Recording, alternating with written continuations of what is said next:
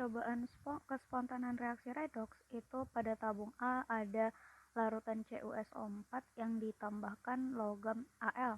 Kemudian pada tabung B itu ada larutan Al2SO4 3 kali ditambahkan logam Cu. Kemudian pada tabung C dan D itu sama-sama dimasukkan larutan HCl tetapi logamnya yang berbeda. Pada tabung C itu ada logam Al, pada tabung D itu ada logam Cu. Pertanyaannya, apakah ciri-ciri reaksi redoks yang berlangsung secara spontan? Nah, kalau kita bicara tentang reaksi redoks, maka teman-teman bisa dong ngedefinisiin apa yang disebut dengan reaksi redoks. Reaksi redoks itu adalah reaksi yang mengalami reduksi dan oksidasi, ya kan?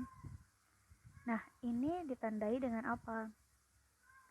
Ditandai dengan adanya perubahan bilangan oksidasi. Apabila dia itu mengalami yang namanya reduksi, maka gimana nih perubahan bilangan oksidasinya?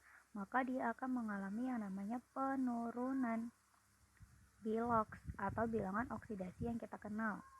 Nah, kalau dia oksidasi, dia itu adalah kenaikan, lawannya nih, kenaikan dari biloks atau bilangan oksidasi.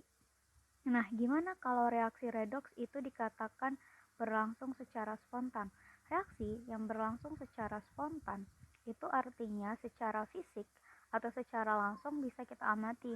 Yang pertama, dia akan mengalami yang namanya perubahan. Ada perubahan warna, kemudian secara panas atau suhunya itu mengalami perubahan juga. Kemudian secara fisik, secara langsung kita bisa lihat nih di dasar tabung nantinya tuh akan terbentuk yang namanya endapan gitu. Jadi kayak ada serbuk padatan itu di bawah tabung, itu nantinya disebut dengan endapan. Kemudian secara teori kita tahu ya kalau potensial sel standarnya itu bernilai positif. Jadi reaksi itu bakal berlangsung spontan apabila keempat syarat ini terpenuhi nih. Nilai N0-nya itu positif, kemudian secara praktikum atau secara pengamatan langsung kita bisa lihat langsung itu terjadi perubahan warna, perubahan suhu dan juga endapan. Jadi itulah dia ciri-ciri dari reaksi redoks yang berlangsung secara spontan.